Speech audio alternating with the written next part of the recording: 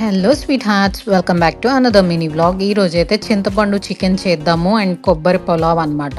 చింతపండు చికెన్ ఏంటక్క, అసలు ఎవడన్నా చేసుకుంటాడా అని మీరు అనుకోవచ్చు. నేను ప్రయోగం చేస్తాను బేసిక్గా.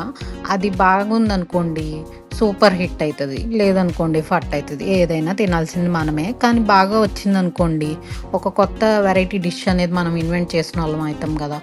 అదేదో మనం ఇప్పుడు ప్రయోగం చేసి కనిపెట్టిందేం కాదు. బేసిక్గా ఇక్కడ రెస్టారెంట్స్లో ఏంటంటే బిర్యానీస్ చికెన్వి తీసుకున్నప్పుడు చింతపండు పులుపు నాకు ముక్కలకి పట్టినట్టుగా తెలుస్తుంది అనమాట. కెనడాలో ఉన్న వాళ్ళకి ఎవరికన్నా తెలిసినట్టయితే కనుక కమెంట్ చేయండి, ఎప్పుడన్నా మీరు అది ఎక్స్పీరియన్స్ చేసుంటే. అందుకని చింతపండు ఒక లెమన్ సైజ్ తీసుకొని చికెన్ కర్రీ మీరు ఎలా చేసుకుంటారో అలా చేసుకొని లాస్ట్లో ఆ చింతపండు గుజ్జు ఏదైతే తీసుకుంటామో అది దానికి యాడ్ చేసేసి ఒక 5 మినిట్స్ కుక్ చేయండి. కొత్తిమీర వేసుకోండి అంతే.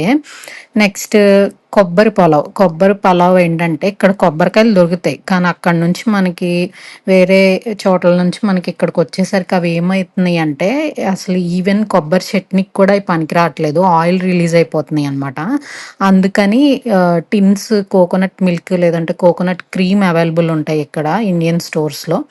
అది తీసుకొచ్చి అయితే చేశాను కొబ్బరి పులావ్. చాలా టేస్టీగా వచ్చింది. బేసిక్ స్పైసెస్ మరీ ఎక్కువ వేసే అక్కర్లేదు, కొబ్బరి పాలే దానికి టేస్ట్ని ఎన్హాన్స్ చేయాలి కొబ్బరి పులావ్ అంటే. ఫస్ట్ ఆయిల్ వేసుకోండి, ఆనియన్ స్లిట్స్ కట్ చేసుకున్నది వేసుకొని, పచ్చిమిర్చి ఒక 2-3 వేసి, అల్లం పేస్ట్, ఇంకా 2-3 ఎలైచి, ఒక 4-5 లవంగాలు, చిన్న దాల్చిన చెక్క ముక్క, ఇంకంతే. బిర్యానీ ఒక 2 వేసుకోండి. అల్లం పేస్ట్ వేసాను కదా ఆల్రెడీ. కొత్తిమీర వేసుకుంటే బాగుంటుంది. కొంచెం పసుపు వేసుకోండి, పుదీనా అసలు వేయొద్దు. నెక్స్ట్ నానబెట్టుకున్న బాస్మతి రైస్ వేసి, కొబ్బరి పాలు రేషియో మీరు ఎట్లా చేసుకుంటారో బాస్మతి అట్లా వేసుకొని చేసుకోండి. చాలా టేస్టీగా వచ్చింది. పులుపు ఇష్టపడే వాళ్ళు ఖచ్చితంగా ట్రై చేయండి, నచ్చుతుంది. వీడియో నచ్చినట్టయితే సబ్స్క్రైబ్ చేసుకోండి.